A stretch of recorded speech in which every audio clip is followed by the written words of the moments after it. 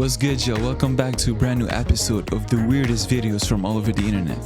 Without further ado, let's get to the video. Hope you enjoy. This man served 17 years in prison after being mistaken for someone that looked just like him. In 1999, Richard Jones was falsely accused and imprisoned for a robbery that happened at a Walmart in Kansas. A robber tried to snatch a purse from a woman in a parking lot, but this man was not Richard. It was a man who looked just like him and had a similar name as Richard. The person that they should have been looking for was this man named Ricky Amos. But unfortunately, an eyewitness at the Walmart identified Richard as the culprit and testified against him in court. Even though Richard had an alibi at the time of the crime, it wasn't enough evidence and he was put behind bars for a 19-year sentence. Richard tried to appeal, but nothing ever came out of it. Now, 16 years later, in 2015, other inmates began telling Richard that there was another inmate who looked just like him. Richard had a gut feeling, so he contacted his attorney, and when they put Richard and Ricky side by side, it was clear that they were identical and they might have made a mistake. 17 years later, Richard was finally released from prison when the witnesses said that they can barely tell the difference between the two men. After his release, Richard received a $1 million settlement by the state. This is indeed very sad and unfortunate, but I mean, can you even blame them? They have the same goatee, the same skin color, the same braids. They literally have the same amount of cornrows with the same fade to the side. It's not funny though. When I tell you that this documentary is one of the most bizarre stories I have ever heard about, I am not kidding, and this was huge news about 10 years ago, but I just rewatched this documentary because I honestly can't believe this ever happened. Let's get into it. The documentary is called The Rachel Divide, and I live in the United States and I'm able to watch this on Netflix, but look this up and see where it's available to you in your area. It is about this woman right here named Rachel Dolezal. Now, Rachel was the president of the NAACP in Spokane, Washington. Rachel was on the front lines really fighting for racial injustice and trying to make the world a better place and really bringing racial issues to the forefront and trying to fight for those issues. A lot of people looked up to Rachel as a fellow Black woman because they could relate to her and she was doing a lot of really good work until people started digging a little bit deeper and found out that Rachel was born white. Rachel was not a Black woman. So this sparked outrage everywhere because how could a white woman portray herself as a Black woman to try to understand what Black women have actually gone through in this country? Get into really dark family history and things that had gone on in the past, and it's just a really complex documentary, and it's so crazy that this ever happened. But tune in and let me know what you think of it. I mean, I'm mixed myself, and she did indeed look kind of biracial or mixed in the first couple of pictures. But I don't know, to be honest. I'm not a scientist. You're gonna have to ask her. But it's not like she hurt anyone, you know?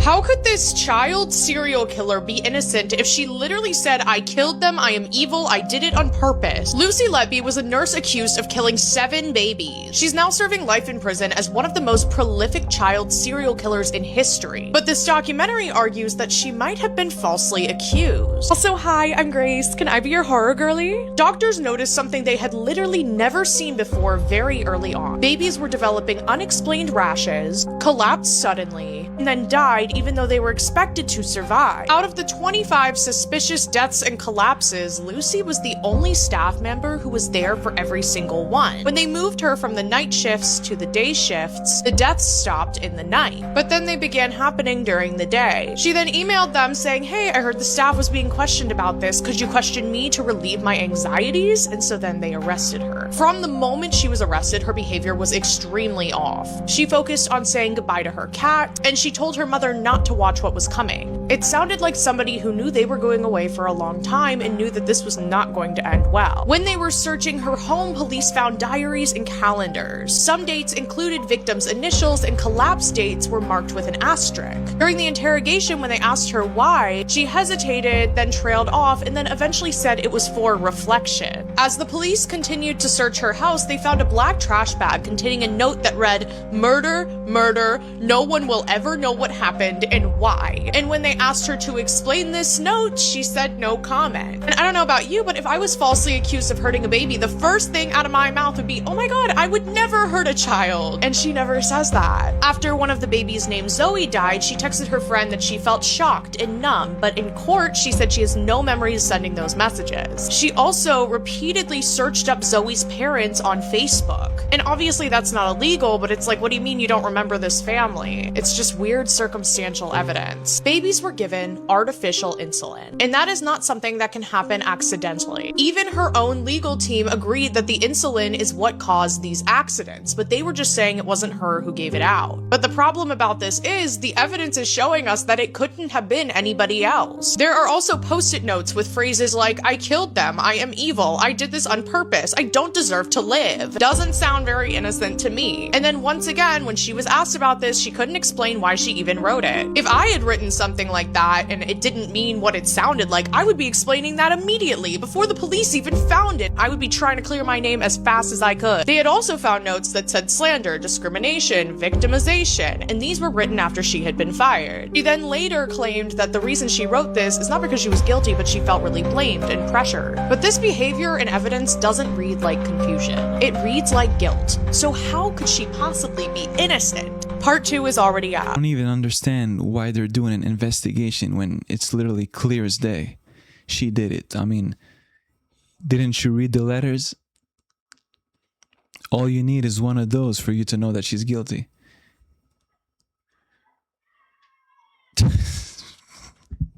For that, and today I'm getting run through by 100 guys. And that is exactly what she did. This OnlyFans model slept with 100 men that she had never met before in one day. She filmed this for her OF, but also a YouTuber documented the entire thing, and the days leading up to it, she was very calm, but the part that I don't understand is the fact that these people can potentially have an STD or something, and she didn't really seem like she cared. She started early in the morning and finished very late at night when she was done with all 100 men, but after she was done, she got pretty emotional. Feels intense. Like more intense than you thought it might. Definitely. Sorry. Okay. Just take Yeah, 1 minute. This is absolutely wild. I don't know why anyone would want to put themselves in this situation. Well, I mean, she did do it for views and attention, but is that worth all the trauma you're gonna have? You would think that she would never want to do this again, but now she wants to sleep with 1,000 men in one day. You want to be involved in breaking a world record and you're in Vegas end of January, please head on over to my Twitter because I'm going to try and take on 1,000 guys all in 24 hours, and I really want you to be a part of this. You're looking at Yeah, Miss Lily Phillips, you're never gonna touch me. I will never be part of your degenerate activities. And second of all, now I'm not trying to defend her, but we always focus on the girl doing this type of stuff on the internet, but never on the men. Like, what are the men thinking? Imagine being the guy that's like number 100 when it's his turn after the 99 guys before him finished doing what they were doing. Like, how can you even, like, y'all know what I'm trying to, like, it doesn't make sense to me. Like, how is it appealing to you? Like, might as well go with the other dudes. I mean, forget about Lily. You're getting more of them than her. That's my personal opinion, but do you? It's a free country, I guess.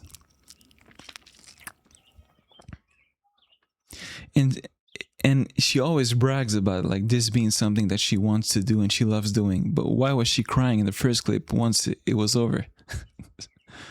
How can it be so enjoyable yet so traumatic? You're looking at one of the top 5 worst ways to become a hashtag. This is cordyceps fungus, and it's actually a parasite that paralyzes and mind controls its victim. The nightmare starts when spores from this fungus attach and infect an unsuspecting ant. As the fungus continues to spread, it actually changes the ant's behavior. The fungus makes the ant leave its nest and then climb up to somewhere more humid, i.e. the best possible place for fungus to grow. The ant then uses its jaws to attach itself to a leaf stem by biting down hard. Keep in mind the ant has no say in any of this, it's basically having its body possessed. And once the ant does, that's when the parasite no longer needs its host, and that's when things get R-rated. The cordyceps fungus explodes out of the ant's now past tense body, with the fungal fruiting body sprouting out of the ant's head. Its corpse becomes a garden for the fungus to grow and spit out more spores to infect even more ants. Getting infected is 100% a death sentence, which is why any sick ants immediately get evicted from the ant colony. Imagine waking up and having the urge to climb a tree and just sit there until you go from an R to a whir, only for that to rise out of your corpse. Be glad you weren't born an ant. This man is one of the most hated men in North Carolina. The decisions this man made shattered so many lives, and it is one of the most disturbing, debauched, and catastrophically sad stories I've ever heard. This is the story of Katie and Stephen Plattle. Reminder that I tell a lot of dark true crime stories on this channel, so viewer discretion is advised, but follow along if you want to hear more. So this is Stephen Plattle. In 1995, he was 20 years old, and he met a 15-year-old girl named Alyssa on the internet. She became pregnant soon after and gave birth to a baby girl. However, they put the baby up for adoption when she was only 8 months old. Alyssa claims that they were young and broke, and that allegedly Stephen was acting violent towards the baby, and she wanted a better life for her child. These two stayed together and had 2 more children, but it was far from a happy marriage. This is their daughter. Her adopted parents renamed her Katie, and she lived a relatively normal life. She was happy, healthy, loved to draw, and wanted to go to college. She also knew that she was adopted and was curious about her birth parents. So when she turned 18, she found her birth parents and messaged them. She could have never known that this would set into motion a series of events that would devastate her life. Stephen Plattle's behavior changed pretty significantly after he met his daughter Katie. Let's talk about the lore behind one of the disturbing old gods from Fear and Hunger, Sylvian. Sylvian is the old goddess of fertility and creation, and naturally she's the counterpart to Grogoroth, the god of human sacrifice. At the beginning of time, Sylvian created man and woman, and even during her boss fight she continues to create these beings that assist her. Eventually though, humanity rejected the old gods, and now Sylvian is a shell of her former self. The creatures in Fear and Hunger that align with her are twisted beyond recognition, and I personally think this adds another layer to just how disturbing this god is. Her appearance is also clearly based on the giant squid, which is honestly awesome. Not only is the woman in the center of this photo the mother of these children, she is also their sibling. It is True Crime Tuesday, and yet again, I'm coming to you with another doozy. Like I always tell you guys, make sure you follow me. You don't want to miss an episode of True Crime Tuesday. Make sure you share and make sure you turn on the notifications. Let's get into this crazy story. True Crime Tuesday. True Crime Tuesday. True Crime Tuesday. Killing Me Softly. This song is literally my go-to karaoke. Are you gonna get to the point or what? I mean, we don't care about your songs. I mean, I'm not trying to be mean, but stay on topic. You're confusing all of us. Song so much by the Fugees, but what I didn't know is that the director of the music video was a complete and utter monster. This guy, whose name is Aswad, I believe, I don't know, but honestly I'm not even trying to pronounce it right because screw him. He directed the music video by the Fugees' Killing Me Softly, as I mentioned before, but he also fathered 6 children with his biological daughters. He started sexually assaulting his oldest daughter when she was a very young age, but I believe she had his first child when she was 15.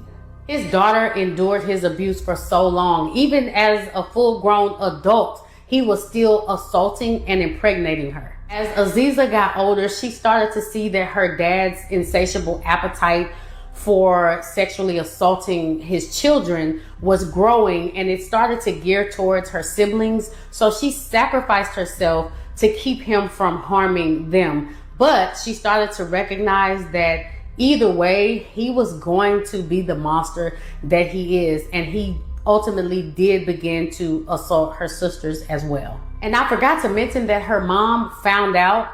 She got upset briefly, she raised hell a little bit, but ultimately he told her to shut up and mind her business, and that's exactly what she did. Eventually, it was discovered that Aziza's dad was sexually assaulting her and her siblings, and he was ultimately sentenced to 90 years in prison for the sexual assault and incest of her and her siblings. As I mentioned before, this monster fathered 6 children with his biological daughters. 2 of them suffered genetic illnesses, and 1 of them died from their genetic illness. I watched the complete story about Aziza and her father on HBO Max. It was on a episode of Evil Lives Here. This was season 5, episode 10. Huge shout out to Aziza, who took her life back. She is living her best life. She is raising her children. She is beautiful and she is thriving. So one thing her dad did not do was break her. But this story was heartbreaking. And I want to know if you guys knew about this story and what do you think about it? Right now I'm crying, and it's not because what you think. There was this time, so I saw this little spooky post, and I was commenting about this one time. I turned around and I saw a lady's face in my face, like, hold on, over there in this chair. Hold on, let me show you.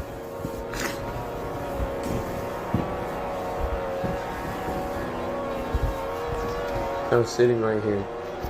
I looked and there was someone's face in my face, and every time I talked about it, I get goosebumps really bad, and I tear up. So that's insane. But yeah, spooky little ghost story. Anyway, go subscribe to my YouTube channel. Your selfies are killing sloths. Sloths are slow, cute, and always smiling, and that is a crime punishable by trafficking. Because hundreds, if not thousands of sloths are kidnapped and smuggled and end up in pictures with tourists that probably don't know any better. Probably because if they knew that for every selfie there's a mama sloth that got popped and like 5 other sloths that passed tense in transit, they probably wouldn't take that picture. And since being manhandled by strangers for money is a bad time for anyone, those same sloths in selfies are actually beyond stressed and often get drugged and even their fingers and claws cut off just to make them a safer prop. Because yeah, if you get sold an experience with a wild animal that goes completely against its nature, it's probably drugs. Those tiger selfies people are putting on Tinder, yeah, that tiger's higher than Snoop Dogg in Denver. Those owl cafes I've seen way too many of, yeah, drugs. Elephant riding, yeah, they beat them senseless as babies into submission. And also sometimes drugs. Of course, there's always going to be people that fight back against it. In fact, there's Costa Ricans that'll go undercover as fake tourists to expose these sloth selfie operations from the inside. But the reality is, in some places, other than drugs and weapons, animal trafficking is the largest illegal business on the black market.